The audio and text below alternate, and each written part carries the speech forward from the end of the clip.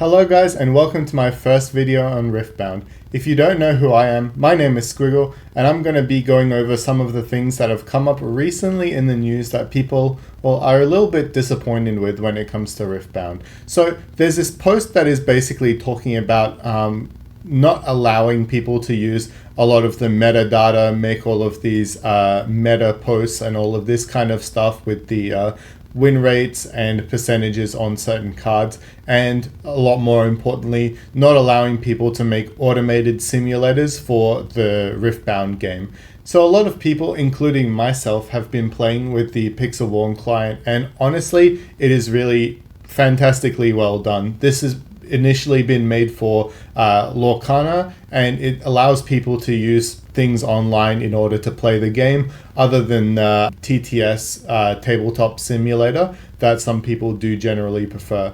However, I would say that I prefer the simulator style, like Pixelborn, just because it allows me to jump on, just play a couple of games. And I really like the flow of the game when it comes to these simulators like Pixelborn, and it feels a lot better for me compared to something like this tabletop simulator. So today I'm coming at you with the perspective of a person who has been playing League of Legends professionally in the past, and I am also currently a professional card game player in the One Piece TCG. And I think this gives me a decent perspective on how Riftbound will really succeed in the short term and the long term alike. So one of the things when it comes to One Piece is that it really bridged the gap for a lot of people coming into their first card game. Now, a lot of people, maybe they read the manga, maybe they don't even read the manga of One Piece, they just got recommended this game by their friends.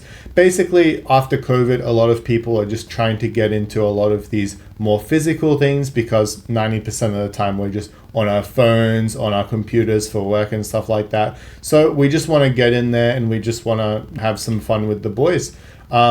However, one thing about this is that people around our age who grew up playing League of Legends, who grew up reading these mangas, may not exactly have the time to go to their locals every night. They may want to play their game every night, but they can't go to the locals themselves. However, this seems like the kind of thing that they're trying to do from Riot Games when it comes to their game of Riftbound. They're trying to just get people, just trying to prohibit people from playing online on these kind of simulators and just get in person and start playing that way. Now, I do think their heart is in the right place when it comes to forcing people to make these real life interactions. However, I feel like these online simulators are always supplementary to the main goal of going along to the locals. I, for one, and a lot of people, will just play some simulator for One Piece on the side, like, you've got a little bit of spare time in your lunch break,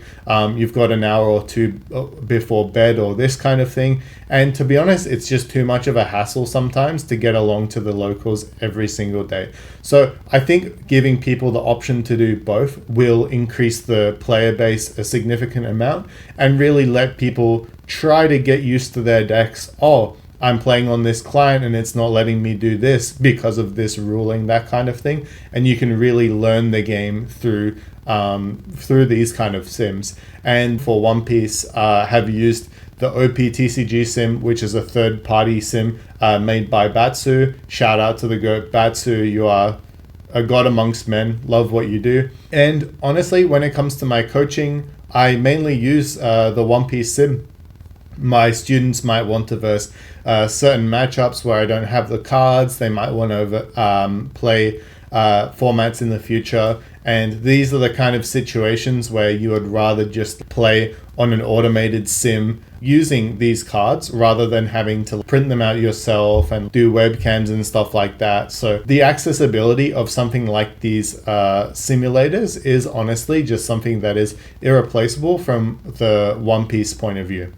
Now, when it comes to what Riot can do, I think it would be really big to see if Riot will want to make their own kind of simulator themselves, a bit more of an official client.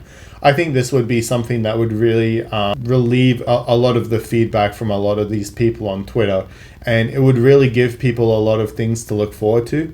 I know myself and a lot of people have been looking to play this game for a while, and now that we finally have this Riftbound sim, just taking it away will probably just kill a lot of the motivation for some people for before this game comes out in October. So being able to harness this hype and find ways to keep people interested instead of trying to just dial things back would be really good on their behalf.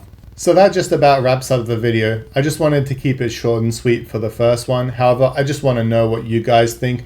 Do you guys think this will be something that can help the game in the long term, or do you think they need to do something in order to change what they've got and give a bit more accessibility to people in the online space of the game in the future? So stay tuned, guys. Got some things coming in the next couple of months, so I'll talk to you then. Peace out.